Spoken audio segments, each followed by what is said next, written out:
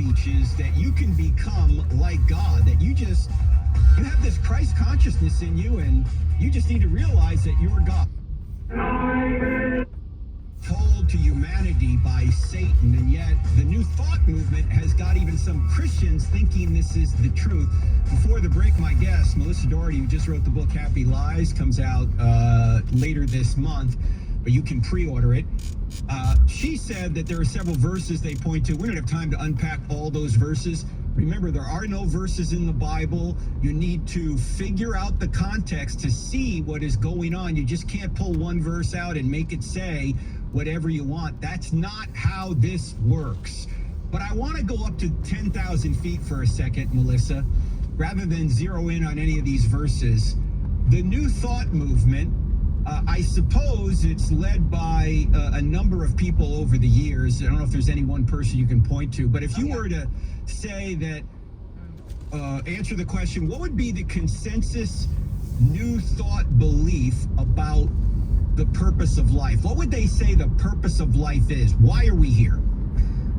The purpose of life, to put it simply, and again, there's more in the book to understand about why they would view it this way, is to awaken to your Christ consciousness, to realize your own inherent goodness and your true authentic self, and then helping spread that to others.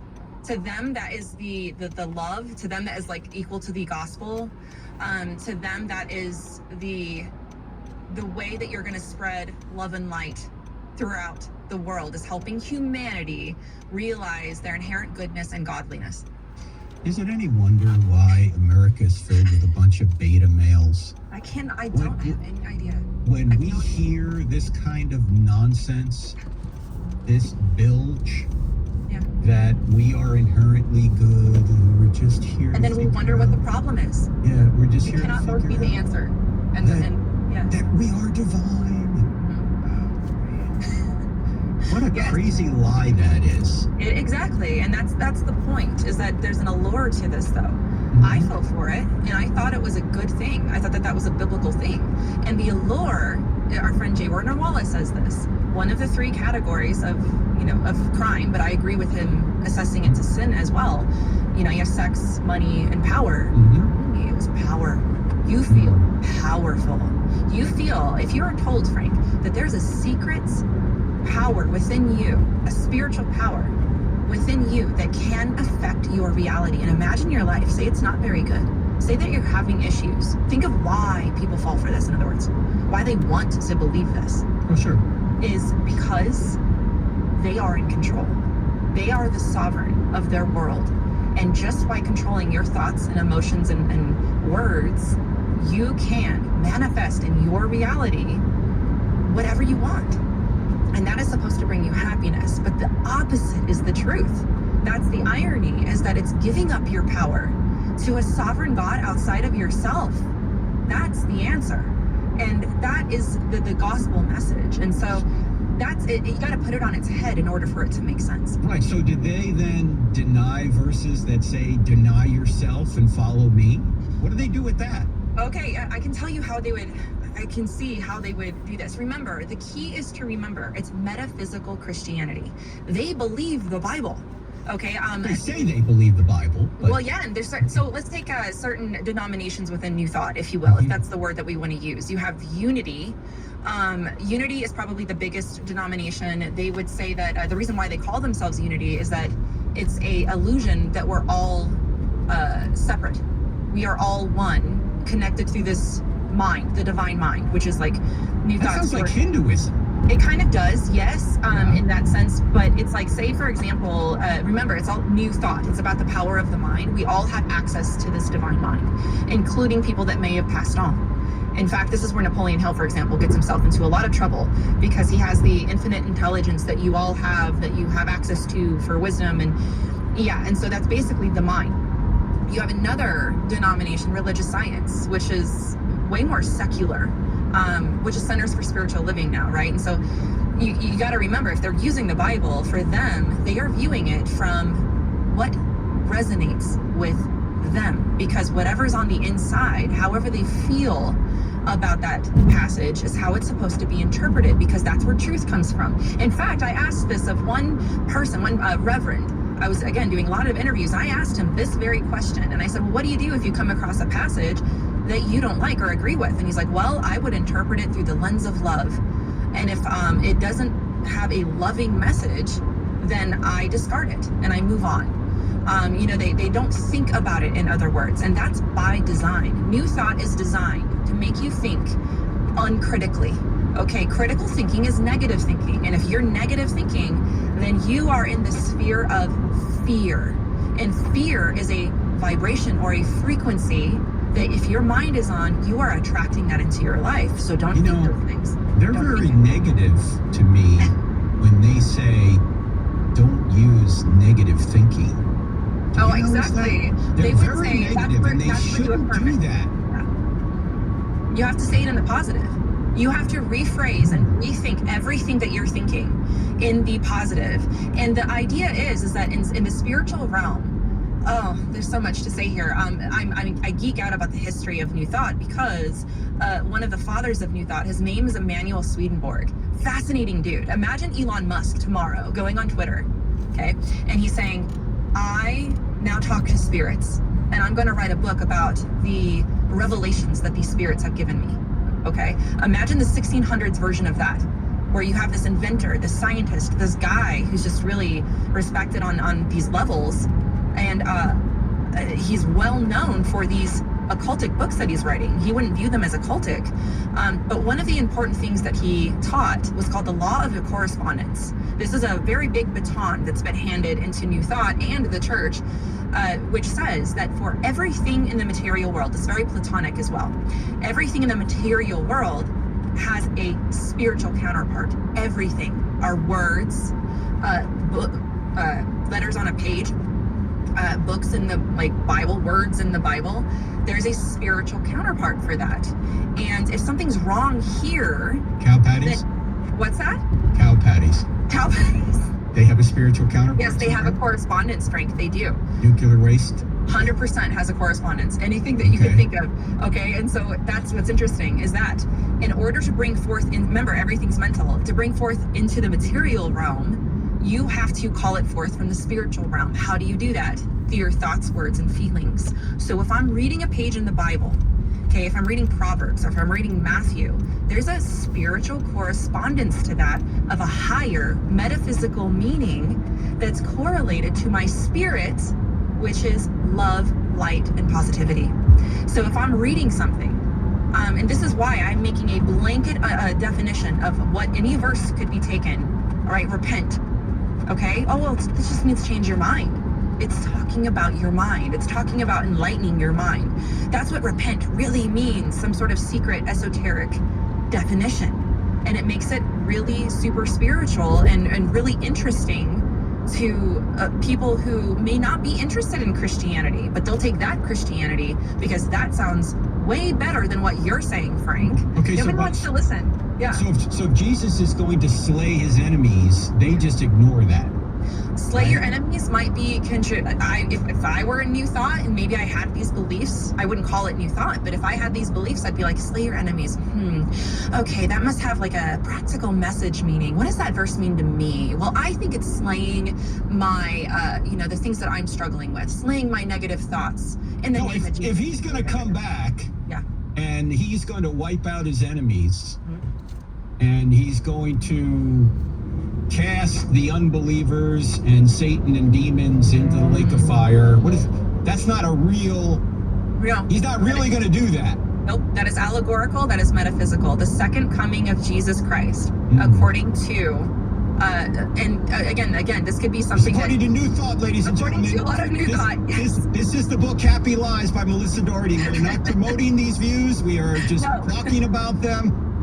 Because everything you're saying, I can see from their perspective. And yeah, it's all allegorical, metaphorical. What does that mean to me? What does that verse mean to me?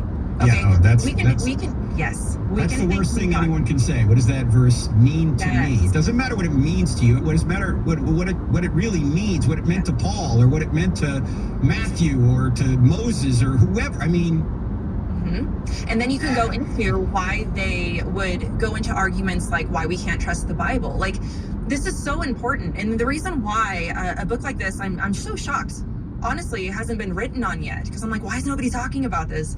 Is because there are so many sections in society and the church, so many ways that it has affected a lot of the things that we do, including like ecclesiology, for example, like church, how we do church. What do you mean? Well, okay, I have the chapter on this is it's a little controversial. Something for everybody in this book to kind of like scratch their heads over. But I have a chapter that is about Robert Schuller, who is the positive thinking pastor. Passed on. He did the Garden Grove Cathedral there. I can't remember what they didn't call it the Garden Grove Cathedral. What did they call that? Crystal Cathedral. In Southern California, right? Okay. My argument in that chapter is that he has affected so much about how we do church. And ecclesiology, I mean, that's just a fancy word for how we do church. I mean, the study of the church. And so there's a lot of things that we can divorce from certain doctrines of Schuller. But Robert Schuller is undoubtedly a big player in the church growth movement. Okay, and he mentored lots of other big players who kind of took his strategies and created a lot of what we see in the seeker model. Okay, and so the question I ask in that chapter is how much and let me back up a little bit. The reason why Robert Schuller is problematic is because he's a New Thought minister who mentored important pastors. And I argue that I don't think that they necessarily adopted a lot of his beliefs, because I think that would be clear. But how much of his methods that have been informed by New Thought, how much of his methods were informed by New Thought? How much of his motives in growing his church was informed by New Thought? Very pragmatic, it worked. But in handing the baton over into the evangelical world, how much of that was informed by the Bible? How much of that was informed by the motives of the Lord? Like, you know what I mean? These are questions that we have to ask. You know, we have to put this on the table and think, okay, well, this is a hard conversation, and it might offend some people because people get saved in secret churches. Lots of good comes in this regard. Sometimes you can get a good result from a bad process. Yeah, yes. That can happen. But does that mean the process is necessarily good? Well, there's a lot more to talk about with my friend Melissa Doherty, the brand new book, Happy Lies, How a Movement You Probably Never Heard of Shaped Our Self-Obsessed World. What lies are you believing? How can you correct them? We'll talk more right after the break. Don't go anywhere. As a nurse, I primarily work with children who are abused and exploited in trafficking, and I frequently see very unfair situations. We must talk about the issue of abuse. We can't base our actions on fear. We have to be faith-informed in what we do. The Dr. Nurse Mama Show. For more from Dr. Jessica Peck, tune in at 2 p.m. Central on American Family Radio or on the podcast page at afr.net. There have been people in our nation who have been pining for wickedness. As we read through Romans 1, you see over and over, God gave them over. God gave them over. But what is happening is evidence of abandonment. We need to understand that that is included within the wheelhouse, if you will, of God judging the people. Join Abraham Hamilton III on the Hamilton Corner, weekdays at 5 p.m. Central on AFR. When I found out I was pregnant, I was devastated. I had no idea what to do. When a young mom faces an unplanned pregnancy, she's confused and scared. Society tells her that her baby is not a life and offers termination as the best solution. Preborn Network clinics shine a light into the darkness and offer hope, love, and lifelong impact. As soon as I get there, I felt welcome. They gave me the first look at my baby by providing a free ultrasound. Once a mother meets her precious baby on ultrasound and hears their heartbeat, she's 80% likely to choose life. Preborn has rescued over 300,000 babies. To learn more about their life-saving work, call pound 250 and say the keyword baby. That's pound 250 baby. or visit preborn.com/AFR. That's preborn.com/AFR. All gifts are tax deductible. Ladies and gentlemen, if you've been a bit shocked by some of the things we've been talking about, you need to get the book Happy Lies, How a Movement You Probably Never Heard Of Shaped Our Self-Obsessed World and also the Church. My guest is Melissa Doherty. This is her brand new book where she's talking about how some new thought ideas, not necessarily new age ideas, but new thought ideas have crept into the church, and people who put forth these ideas actually try and quote Bible verses to support what they're saying. And it's an illegitimate way of trying to support what they say, because if you look at the context of these verses, they are not saying what these people say they're saying. They're actually contradicting them.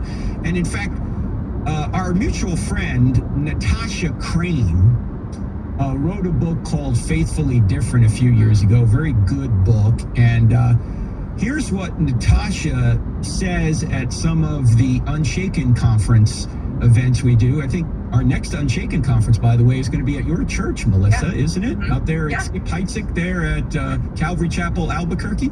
Yes, sir. I'm excited for it. Is that going to be April? I think that's April. Beginning of April. Anyway, we're looking forward to being there. But Natasha has said this, that about 2/3 of self-identified Christians believe that people are inherently good.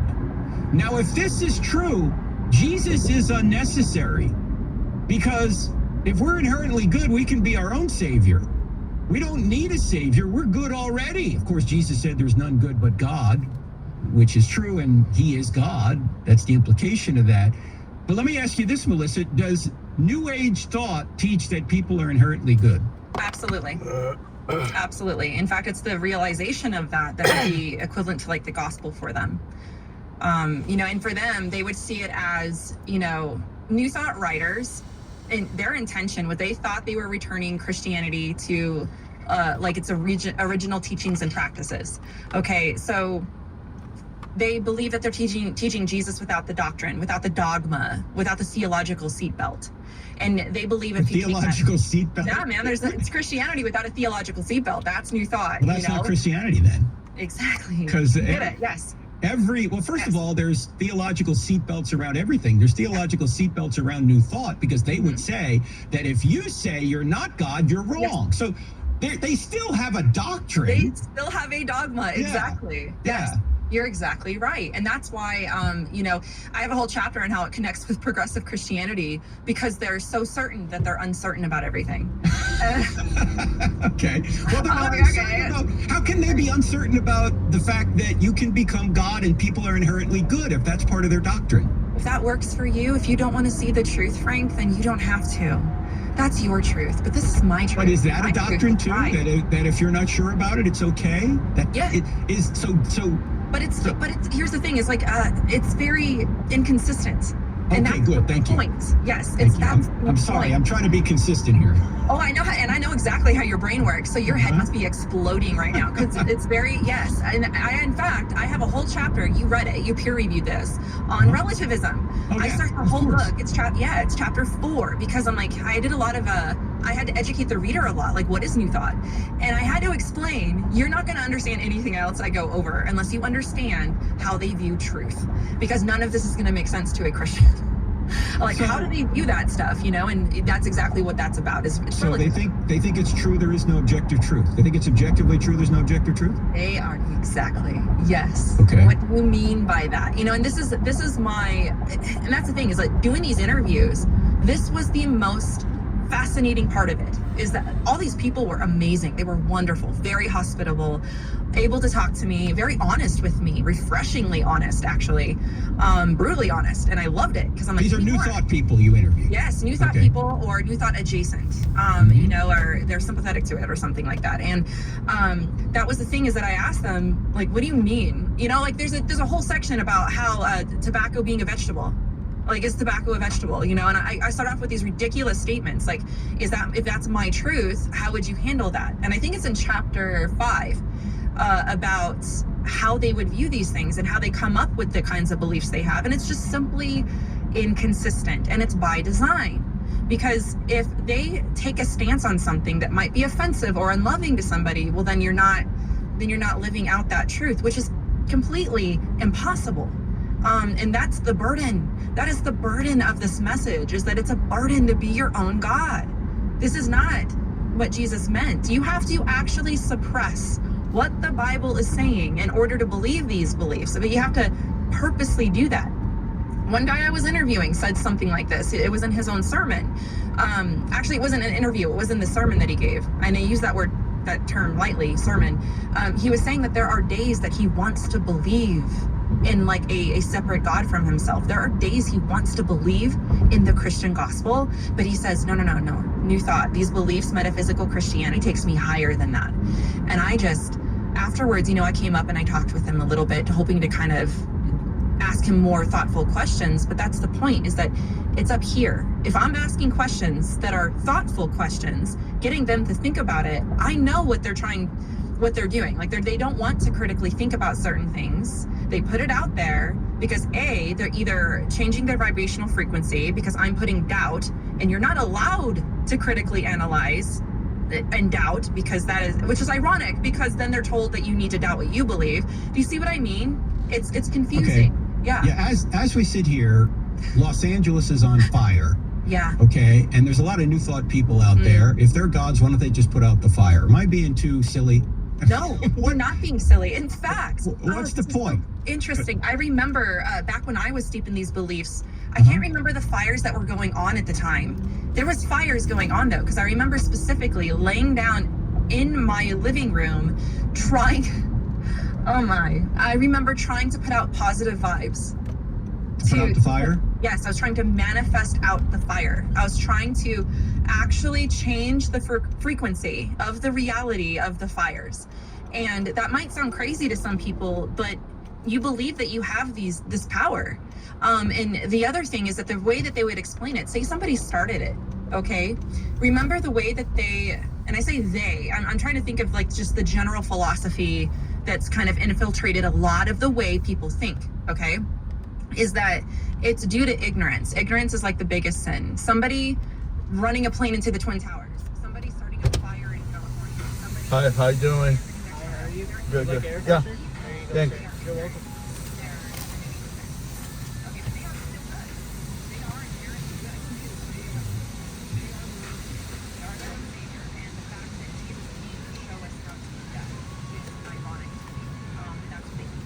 It's for you.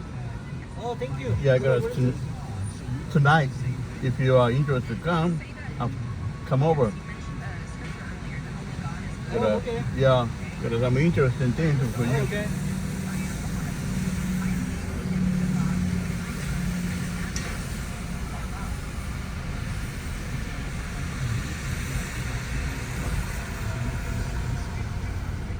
Say that, but if there's one thing that's empirically verifiable, whether you believe the Bible or not, is that people are inherently evil. That it's easy to be bad, it's hard to be good. You don't have to tell a 2-year-old to say mine. He already knows that. You've got to teach a 2-year-old to share. It's so easy to be selfish. It's very hard to be selfless. So why do they think people are inherently good? Where do they come up with that? That comes from, again, the inspiration of the movement of New Thought, changing what they would consider legalistic message of the Calvinistic churches at the time. Okay, so this actually goes back to like the movement starting. Okay, it is very Gnostic in origin. It started when, would you say? I say that it started with men like, I say it goes back to the garden. Right, the Gnostic tone. The baton gets handed, you have Gnostic tones, and then, you have men like, I say it goes back to men like Emanuel Swedenborg. And then Which you was like, 1600, you said? yeah, around 1600s. And then that baton gets handed over to men like Phineas Wimby, who is seen as the father of New Thought. Then you have Ralph Waldo Emerson, who's like the other father of New Thought. So you have all these people kind of picking these beliefs, but it's really important to understand when this happened. It was these inventions and these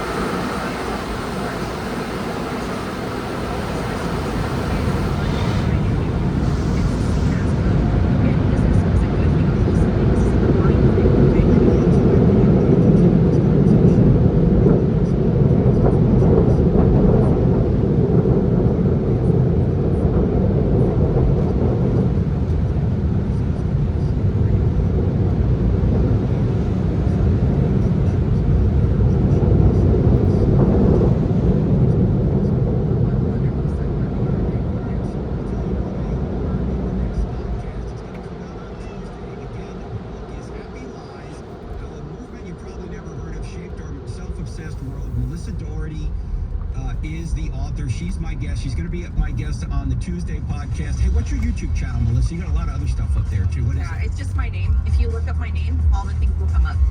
Melissa Doherty, Doughe.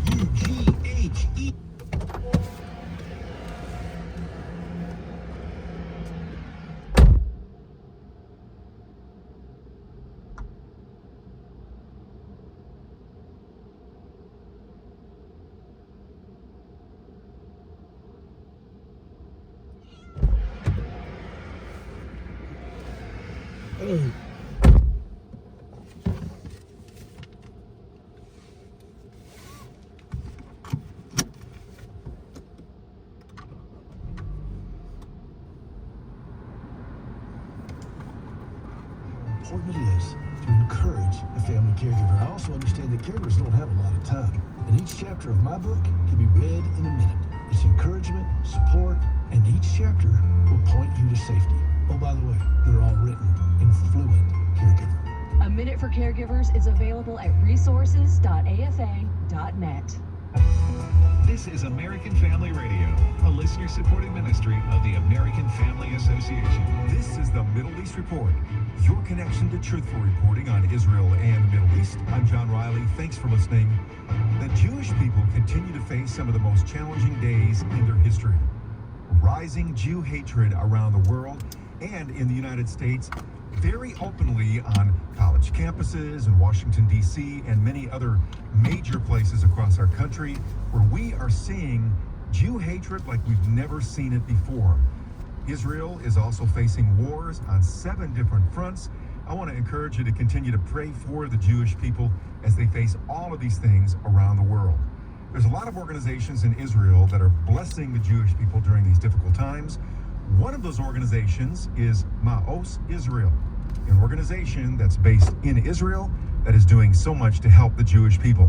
Kobe Ferguson is the CEO and president of Ma'os Israel. Well, I've been pleasantly surprised by the level of pro-Israel activity, by the hearts of people worldwide in South America and other countries. I've been to Brazil, been to other places quite often. A lot of Christians that love Israel are often just misinformed or not informed at all.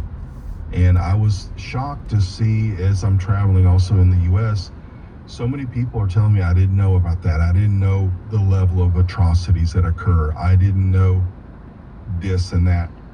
And I'm also hearing a lot of conspiracies that people absolutely believe. And I just like to tell people, and every time I'm sharing, I'll also share a little bit, very briefly. I said, look, we're witnesses to what happened. This was a very well-planned attack.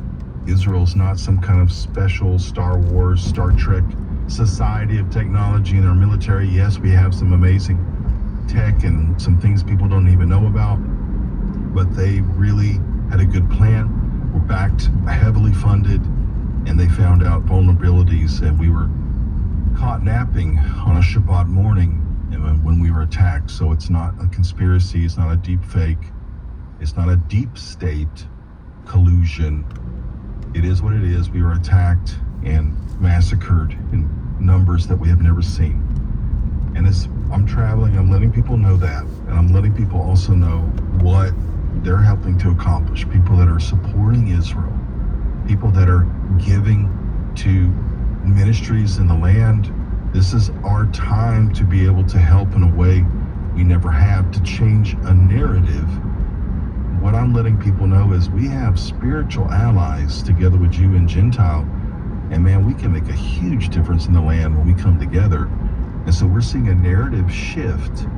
There's some persecution against Messianic Jews, against Jewish believers, and there's still some pushback by certain groups, but we're seeing an openness and a level in Israel that people have never seen. We have never seen. I've been in Israel most of my life now, and I've never seen such openness. People asking us, who are you?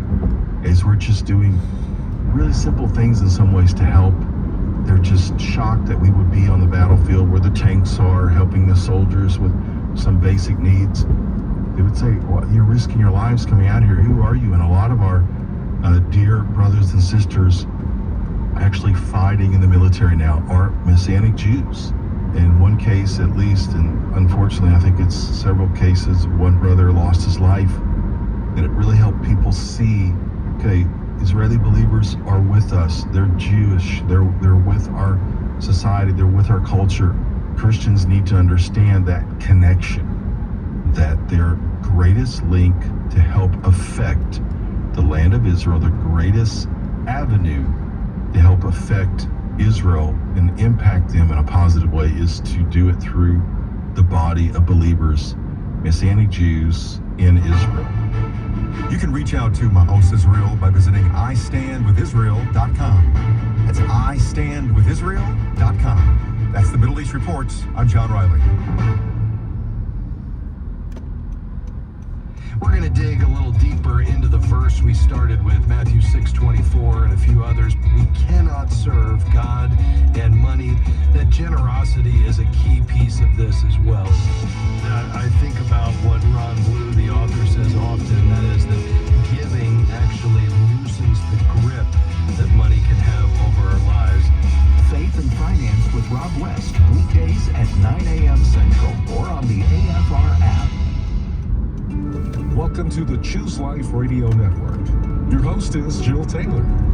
Every week we bring you a candid conversation with someone who's making a difference for the cause of life. And now here's Jill to introduce today's guest on Choose Life Radio. Welcome to Choose Life Radio. I'm Jill Taylor, your host, and today we are bringing back Dr. Rick Morton, who is the Vice President of Engagement at Lifeline Children's Services. And we're just so blessed to have you come back. Thank you for joining us. Yeah, Jill, I'm really glad to be here, and I think what we're going to talk about is very important, so I hope folks will join us today. We're going to have a pretty difficult conversation that I think sometimes people want to avoid, but it is the truth. It is what is happening, and that is our young kids who are being literally stolen. As you're seeing these people come across the border, you're seeing these innocent kids who don't have any parents with them, and they are being used and they are being tortured in so many ways. And we don't want to think about that. We don't even want to see the news when it comes on because we think, what can we do? And this is what we can do. We can have people like those who are dealing with the engagement at Lifeline Children's Services tell us how to be protective of these children, how we can put them in homes where they're safe. So thank you so much, Rick, for coming back. Yeah, Jill. Tell me a little bit about what you guys are facing during this atrocious time that we're seeing in our nation. You know, you mentioned the children that are coming across the border and unaccompanied minors, and that's a great place to start this conversation, frankly, because the way that we in our country deal with children that are coming from other countries, coming across the border unaccompanied, is they're being placed in our foster care system. That's the mechanism that we have to be able to care for children. And so you really have two issues that are going on. One is you have children that are not being detained, children that are not being put on the radar of the government, that are falling into the hands of traffickers, and just all manner of unspeakable things are happening. Children that are being trafficked into the sex trade, children that are being enslaved. All those things are happening, and it's happening in real time today. And it's quite frankly, it's a result of the crisis that we're facing in our country right now. On the other hand, you have children that are being placed into the foster care system, and I think the crisis there is a system that is already overwhelmed is becoming more overwhelmed because of the number of children that are coming in need of care and in need of placement. And so that's an even greater reason, I think, for Christians to get involved and to be part of the solution by becoming foster parents, or by becoming those who surround foster parents in order to be able to love and care for them and help them to be able to stay healthy and in good standing while they're facing the challenge of a child or children in their home that are not truly a part of their home. And a great challenge in that is that as Christians, there is an agenda afoot to keep us out of the child welfare system, to keep us out of the the ability to care for children in the foster care system. And that's rooted in the fact that our biblical worldview is inconsistent with the worldview that is that's being proffered in a good bit of our child welfare system. And so as a Christian, if you object to the changing of a child's sexuality, if you object to gender fluidity, if you object to marriage being defined as something other than between a man and a woman for a lifetime, if you object to if you hold those values and you object to the cultural current cultural winds, there are states in our country. There's a case right now that's before the Supreme Court in Oregon that is about a foster parent being denied a license to be a foster parent because they subscribe to a biblical worldview and because they refuse to seek gender-affirming care or to support actively a choice for toward accommodating the sexuality of a child, and so essentially being told that they must put their beliefs and values on the shelf in order to be an appropriate, safe, healthy place for a child in need to be placed in their home. Okay, so where is the pressure coming to the child to say, you really could be a girl if you'd like to, or you really could be a boy if you'd rather? Yeah. Where's the pressure coming at the beginning of that child coming into a home? Jill, it's really hard to say, and it's really hard to isolate one place because there's such an assault on kids right now with regard to confusion about their sex and their sexuality. And I think what God makes very plain and what the scriptures make very simple, our world is consistently trying to make confusing and trying to make difficult. And so it's social media, it's the input that kids are receiving from movies and from shows that they're streaming and things that they're reading and stuff that they're encountering on the internet and articles and blogs and YouTube videos. It's the mass of all of that. I saw an article recently, and there's a phenomenon that's being talked about called sudden onset gender dysphoria, and that's a mouthful. But it's saying when a child, particularly a girl, and I think this is where we're seeing something that's happening that we've never seen before, where girls are experiencing gender dysphoria. They're experiencing like a feeling that they don't belong in their body and that they should be a gender other than the female gender or the female sex other than the female sex that God has created them to be.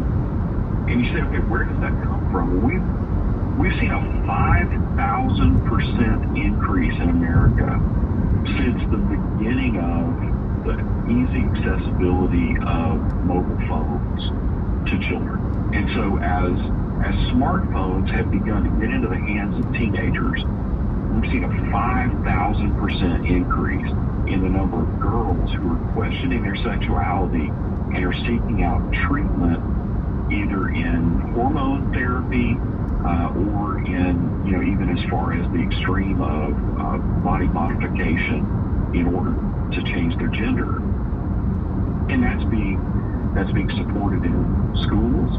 That's being supported in government circles where we're being told that in order to be healthy and appropriate, that we must provide a way for these, for kids to be able to pursue that identity. And you know, how many of us can testify to the fact that at 12 or 13 or 14 years old that we were confused about everything?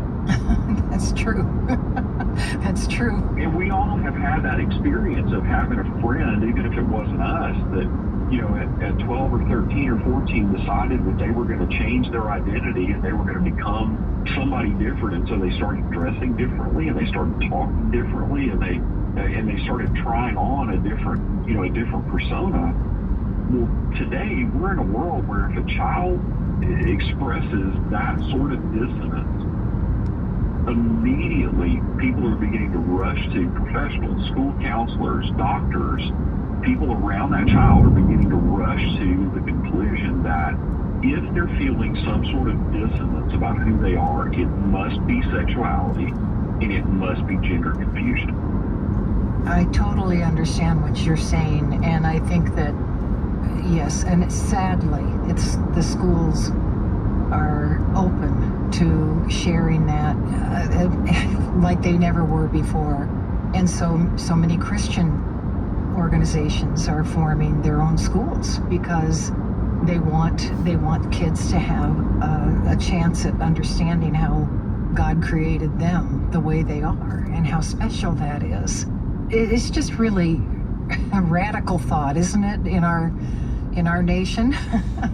It's unbelievable, and I think one of the things that's really troubling about this is there seems to be a move toward depriving the willingness on the part of the state to deprive parents of their parental rights because they refuse to seek gender-affirming treatment or sexual reassignment for their children. And so we've reached a place where, in many cases, the judgment is that the government can make a better decision to parent our children than a child's biological parents who've been given to them by God. This is so important. And listener, I'm going to take a real quick break here, but I want you to know Dr. Rick Morton, Vice President of Engagement at Lifeline Children's Services. This is an organization that is so worthy of paying attention to, maybe sharing this with others so that we all understand how we can protect our children. We're going to come right back after a quick break. Don't go away, right here at Choose Life Radio. Jill will be back in a moment to continue this week's interview. But before she does, I want to share some really exciting news with you. It's about the extension of the Choose Life Radio Matching Challenge. The contributors who issued the challenge want to extend it throughout the month of January. That means there's still time for you to double your gift right now. This challenge will most definitely end on January 31st. So today, especially if you wanted to make a gift, but between Christmas and New Year's, time simply got away from you and you missed sending your gift, we've got you covered. Your time has been extended. Please take advantage of the additional time and challenge by going to chooseliferadio.com. Push the donate button and make your gift online. That's chooseliferadio.com, or you can send your gift to Choose Life Radio, Post Office Box 36622, Canton, Ohio 44735. If you sent your gift in December, thank you so much. And if you choose to make an additional gift this month, that would be incredibly helpful. And of course, it too will be doubled. And the blessings, I trust, will be multiplied both to you and Choose Life Radio. Thank you for sending your generous gift and keeping this ministry on the radio. You make it possible to share the good news of Christ's love and the sanctity of human life on this station. And now, back to Jill in today's interview. Welcome back to Choose Life Radio. I'm Jill Taylor, your host, and I have an amazing guest here. If you're just joining us, Dr. Rick Morton, who is Vice President of Engagement at Lifeline Children's Services, has been with us last week and already this week again. I want you to hear every single word he has said because it has to do with our children, our grandchildren, and some of you who are listening are great-grandchildren. It's very important that you get this message and say, What can I do about it? And that's what we're going to ask him on this last portion that we have with him. Thank you, Dr. Rick Morton, for being with us and hanging around with us for a couple of weeks here. Kind of carry off where you were talking about the importance of us understanding what's really happening sometimes in the schools, not always, but sometimes in the schools and sometimes in the neighborhoods, and what our kids are being told that they might not want to share with you or with your grandparents or whomever. Jill, what's happening is kids are confused, and that's not new. Kids have been confused since creation. We live in a world that's broken by sin, and it's hard to develop and to become an adult.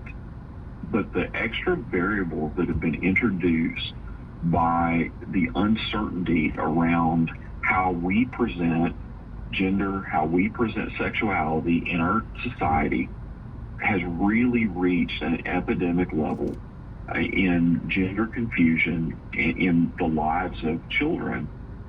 And there's a set of policies that are being put forth and are being followed at a federal level and in many, many states that is just adding fuel to the fire because of the extremism. And so there is an organization called WPATH, W-P-A-T-H.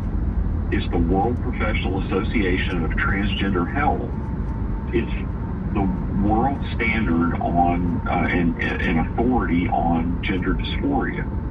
But Jill, what we understand because of court documents that have been released in a case, even here in my home state of Alabama, in addition to some things that have been leaked on the internet, is that the standards of care for this organization, they're a fallacy.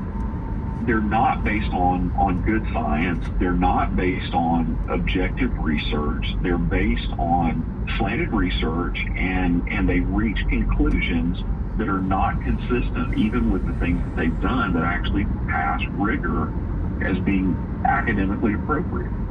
And to the point that political pressure has even been placed on institutions like Johns Hopkins University to not withdraw their approval of some of these studies because Johns Hopkins they reviewed them independently and found them to be unworthy.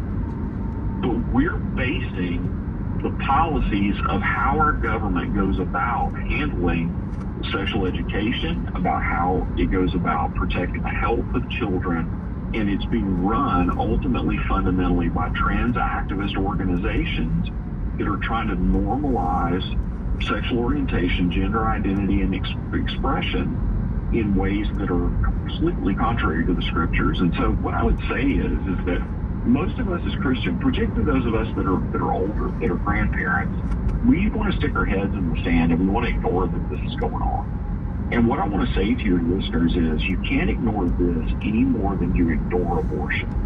Because this is every bit the assault on our children. It's just on the assault of the already born instead of the preborn. And what Satan's serving to do through this agenda is hopefully to be able to kill and maim this generation. I think our listener needs to be on boards. They need to think about getting on the school boards. If you're a teacher and you are just doing teaching in a private school, maybe it's time for you to jump into the open schools here and begin to talk about the truth, the public schools, right? And you need to make your voice known. You need the people that represent you, your congressmen, your senators, your state representatives, the people that represent you that are making the laws of this land need to hear what you think. They need to hear what you stand for, and we need to hold them accountable that they're representing us and our views and our values with equitability in the halls of government. And because one of the things that's happening, quite frankly, is that we have school counselors and doctors who are hiding from parents the fact that their children are struggling with gender dysphoria and that they're seeking treatment.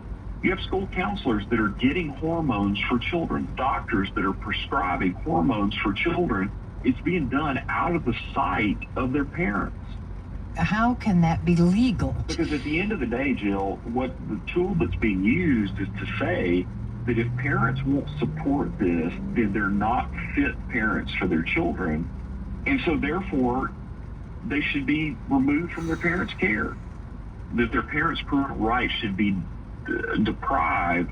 And these kids are subject to being taken into foster care if their parents don't acquiesce to these concerns. And these are not stories. These are not ideas that are far-fetched. This is not something from a George Orwell novel.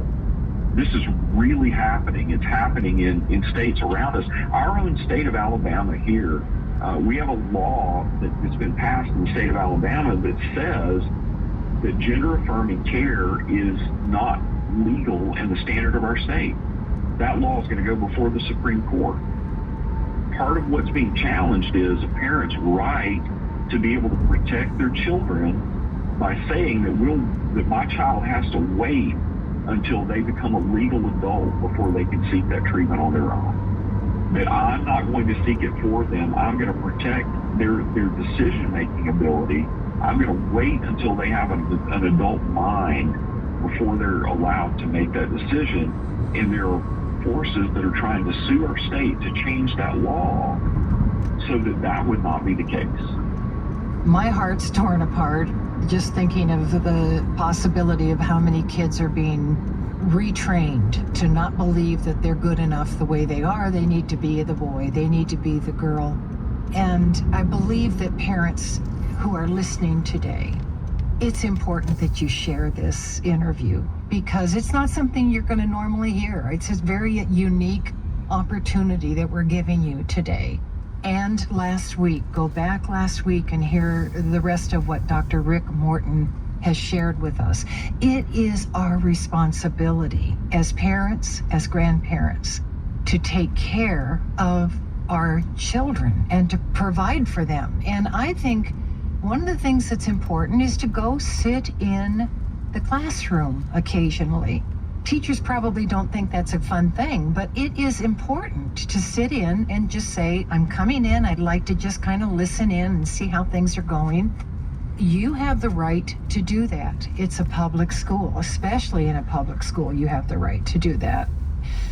Dr. Rick Morton, you have just been incredible what you have shared, and my heart's broken, and I want to go out and do something to make sure this doesn't happen in our communities.